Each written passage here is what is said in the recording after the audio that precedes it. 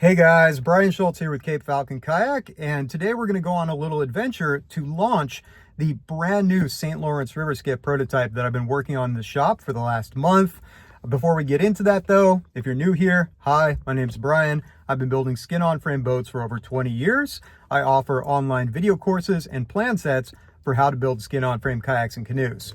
So anyway, right now we are down at the boat ramp right below the beautiful St. John's Bridge here in Portland, Oregon. I've got my partner slash assistant here next to me. We've got the recently completed St. Lawrence River Skiff up on top of the car there.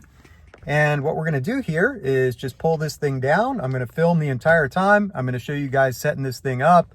And then we're going to head out for a little afternoon, evening adventure through the industrial area that's a little bit south of here. So hopefully it'll be a good time. And it'll be my first time on the water with this particular boat. So you're going to see my reactions to it in real time. And if you haven't followed this project, by the way, this is part of a whole design project around this particular concept. Ultimately, I'm going to be offering the St. Lawrence River Skiff in skin-on frame in 3 different sizes and several different modified versions, including a pedal drive version, which I'm going to demonstrate on the water today. So anyways, that's what we're up to right now. I'm going to go ahead and get out of the car and we're going to go ahead and set this boat up and get on the water.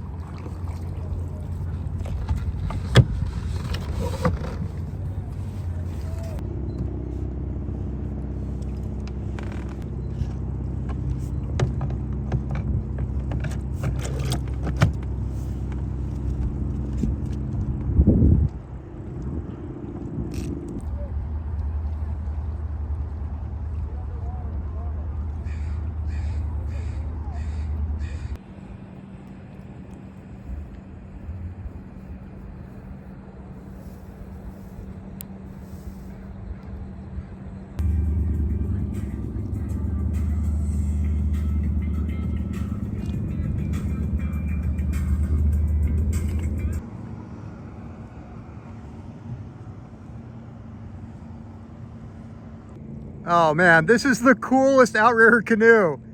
Oh my gosh. I love it. M6 Creative. You've got a dog, you've got a sail, you've got everything a man needs. All right, so now that we're a little bit further away from the road, hopefully you guys can hear me better. Before we go any further, I just want to make it clear I would not normally bring 4 different sources of propulsion with me. This boat actually is designed for 5 different ways that you can use it. You can use it with an electric motor, you can use it with a pedal drive like I am right now, you can use it with canoe paddles or oars or a sail. I haven't fitted the sail to this particular boat. Normally I've got at least 2 sources of propulsion with me for safety, but it would not be a normal day for me to head out with all this different stuff in the boat at the same time, especially if I've got camping gear or fishing gear. So anyways, why don't we just do a little bit of speed testing and maneuvering practice with the pedal drive right here. I'm gonna start by just cranking the rudder over hard. If you haven't seen this before, the tiller on this is kind of interesting. You see right below the seat here, there's this bar. This is what controls the rudder. So all I've got to do is push on that with my thumb. And you can see I'm turning really quick here. And that's due to a couple of things. The first one is that I balanced this boat better than the last one, and I took out a little bit of rocker. And both those things let me get a little bit better bite in the bow, which means that the boat is going to turn a little bit quicker. I'm actually a little bit handicapped because this is a rudder for a much smaller boat. So with the correct size rudder on this, it'll do even better than that. But that was 180 degrees in about 10 seconds. So that's plenty of maneuverability for me. Okay, I'm gonna do a speed test. Liz, why don't you show the water speed here? So right now, I'm just pedaling at a really relaxed pace. There's not a lot of current on the river. I think it's pretty negligible. And you can see, just completely relaxed. We're going 3.2, 3.3 miles per hour. A quarter mile an hour of that might be the current, maybe not. Now I'm gonna push it a little bit harder. Okay, so this would be an exercise pace right here. Keep in mind, I'm pushing a 70-pound boat with about 20 more pounds of gear and another person in it. And this is pretty comfortable. I mean, this would be a good fitness pace. And then I'm gonna go for an all-out sprint. I mean, I'm filming at the same time, so I'm not sprinting really well, but you can see we're already at 5.3. And I'm sure I could go faster than this. So I would say that is pretty darn efficient. I mean, and that's the thing I love about using these pedal drives. They're very expensive, but if you're willing to spend the money and the time to adapt it to the boat, the muscles in your legs are just so much more efficient than the muscles in your arms. You can go all day long at 3 miles per hour, or if you're fit, maybe even all day long at 4. So it's a little bit risky playing back here in the industrial area because the water's so low. And as I found out the hard way before, there is a lot of rebar right under the water here. I'm not too worried about it because even though I've taken a couple direct hits, I've never actually punctured a skin on frame boat hitting a piece of rebar. So I'm not afraid of going down. Just have to kind of watch where I'm going here because we're kind of weaving through the pilings at the moment. This is really fun. I mean, this is almost as much fun for me as going through sea caves or, you know, natural rock formations. There's just something really special about industrial areas.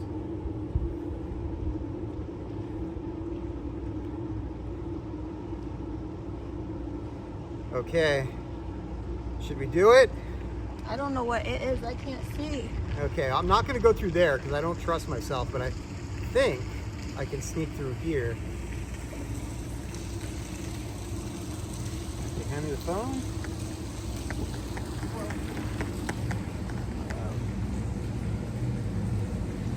We're about to find out how well we maneuver here. Oh my goodness. I got this. I got this. I got this. We're just sliding in here. There we go.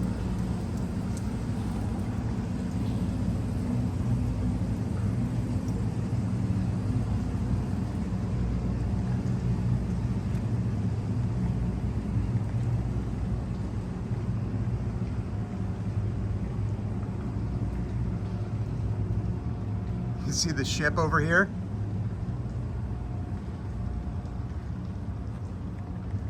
Okay, you take the camera. It's going. Okay. All right, how are you gonna get us out of this? I am hoping there's an opening at the end here. I don't think there is. Okay, I'm gonna use the force. Okay. Possibly the force of me hitting something. I got this. Hell yeah! I'm Wow. basically an F-16 fighter pilot. Basically. I'm impressed. Look at the size of this ship.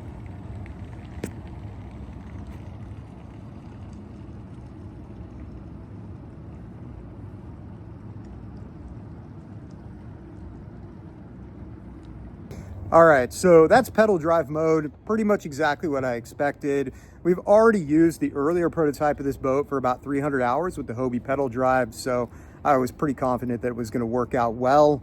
The one thing we haven't done much of, however, is just use this boat how it was designed, which is as a rowboat. And so I'm not gonna be rowing because I've got a back injury, but fortunately Liz is a pretty good rower, so why don't we just turn the camera around here. Go ahead and pull this pedal drive out. And normally at this point, I would put a plug in the bottom of this drive box here. That way we don't get water sloshing up into the boat. But unfortunately, the plug is currently being varnished. So if Liz starts rowing too fast and we start getting water coming up through here, I'm just gonna have her row a little bit slower. So anyways, take it away, Liz. In a little while. You got it.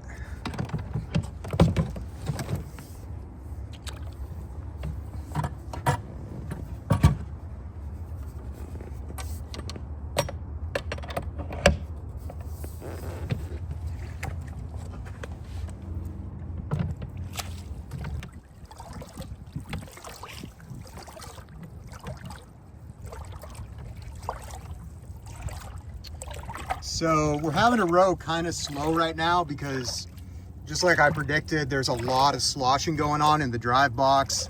And this is also causing a lot of drag right now. I guarantee you that if I put a plug in this, we would easily pick up 1/2 to 3/4 mile per hour of speed. So other than that though, how do you feel about the rowing, Liz? Oh, it's nice. It's nice. It's I think it has less resistance than like some of the more canoe shaped stuff I've rode. It feels really good.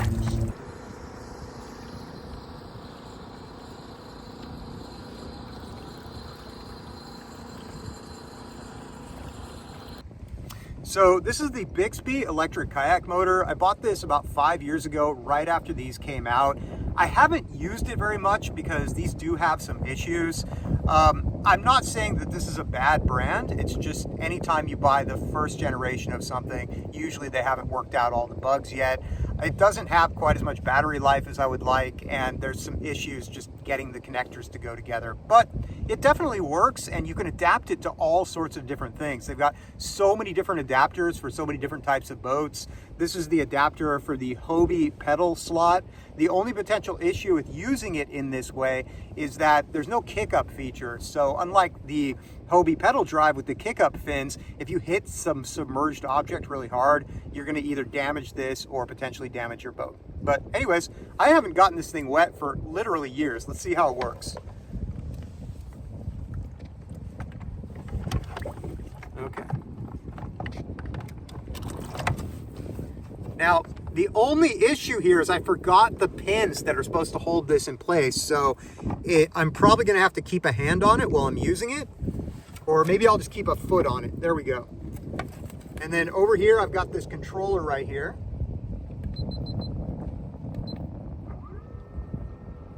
And that sound is the motor turning on. It's got 10 different speeds, I think. So anytime you take a battery powered motor like this and you crank it all the way up to 10, you're gonna have pretty bad battery life. Why don't we just run it at 5 and then we'll do a speed check here.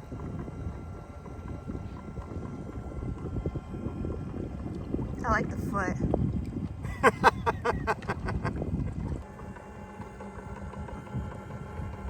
Okay, so 3.3. I think about 0.3 of that is current right now. So we're probably going about 3. A little bit of wave action here.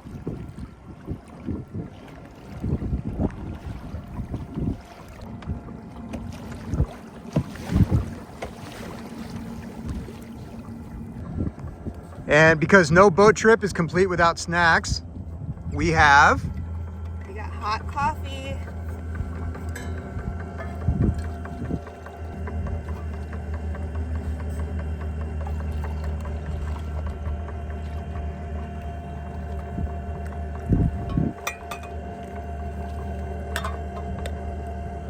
No cup holders though.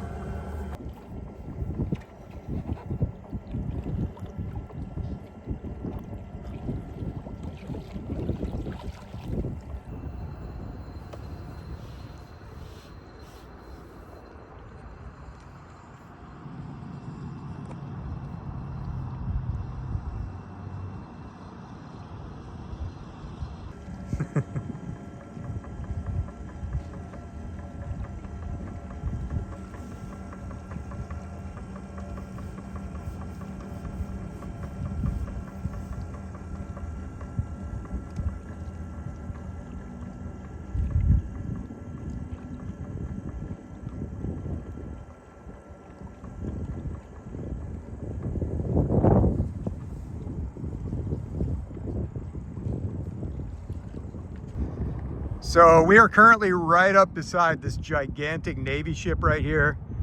I'm not sure what the legality of this situation is, but it's become kind of a tradition for us to touch the giant chain.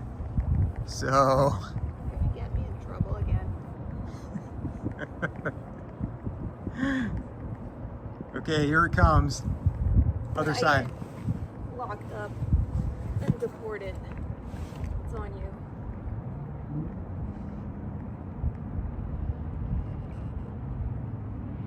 Touch the chain. This thing's absolutely huge.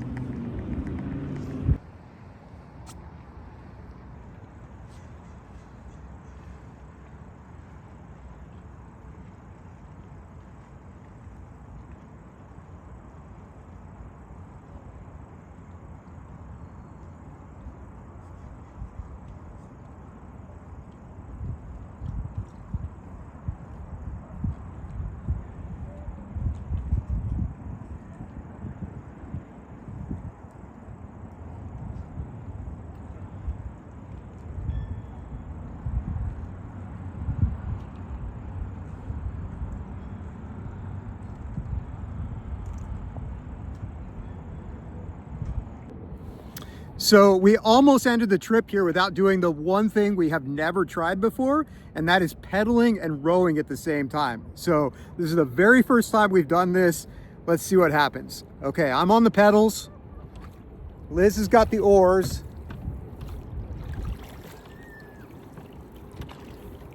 Okay, let's see how fast we're going. Looks like 5.1. How fast can we go? 5.5? Can we make it to 6? I don't know if the drive box can handle it. The drive box can handle it. I can't see how. We're at 6.2. Can we do 7? 6.4.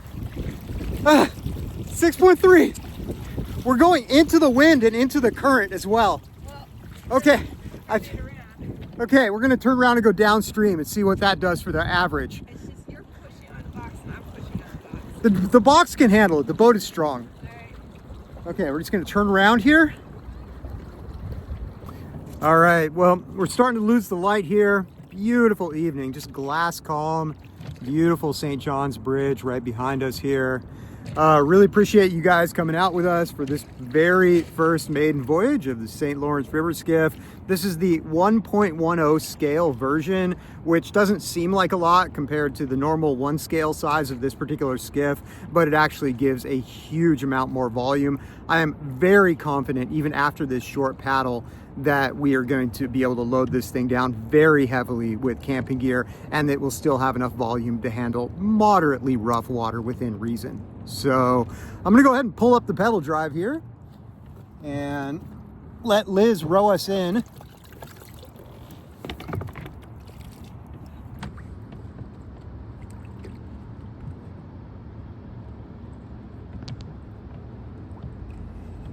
And she sticks the landing.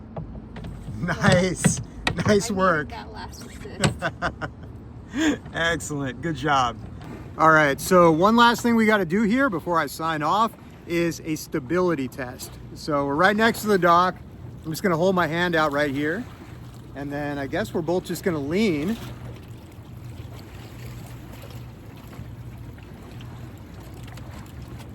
It's really stable. That would be hard to get. I don't know that we can get them.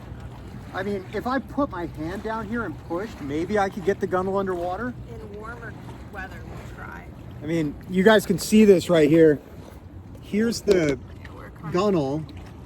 I'm leaning as hard as I can. Yeah, me too. I mean, yeah, I would go over my balance point and fall out of the boat. Yeah. Or the boat would spill. So I don't know if you guys heard that, but Liz just said that she would actually go over her balance point and fall out of the boat before the boat went under on that side. So, you know, it's not as stable as a barge, obviously, but that's pretty decent stability. I'm really looking forward to seeing how this thing sails. I don't know if I'm gonna have an opportunity to use this boat very much before we take it down to Mexico, because I'm gonna be so busy over the next 2 months building the final prototype, finishing the plans, and also shooting the video course. And I'm hoping that if everything goes well, sometime around mid-November, we will have a completed plan set and video course so you guys can build one of these too in any one of those 3 different sizes, and also any one of the millions of different configurations I'm always coming up with to be able to use these boats. Actually, one last thing I want to mention here before we go is the weight of this boat, because this is the thing that I was the most nervous about on this entire design project, because for a boat to be genuinely car toppable, I feel like it shouldn't weigh more than 70 pounds and it can't weigh more than 80 pounds. And I was really skeptical, especially on this biggest size, if I was going to be able to get it down to an appropriate weight and still have it meet my personal durability standards. So I am very happy to report that even in the largest size of this boat, the standard version weighs 70 pounds, and that's with the keel strips and the seats and everything. And the pedal drive version weighs 80 pounds, and that is perfectly reasonable for a boat of this size with this capacity. So I'm very happy that we hit those targets, and I'm really looking forward to seeing how low we can get that weight when we get to the smallest of the 3 sizes, which I'm going to be building next. So anyways, thanks for watching this video. As usual, if you like this video, make sure you hit that like and subscribe button. Also, if you're interested in this skin-on-frame boat or any of our other skin-on-frame watercraft, make sure you check out our website, capefalconkayaks.com, where I have skin-on-frame building video courses, plan sets, and various free skin-on-frame resources. You can also find us on Instagram at Cape Falcon Builds, where we post photos and videos of whatever we're working on in the shop or whatever we're testing out on the water. And you can find that same content on the Cape Falcon Kayak Facebook page as well. So that's it for now. Take care. Be safe on the water. I will see you next time. All right, let's go home.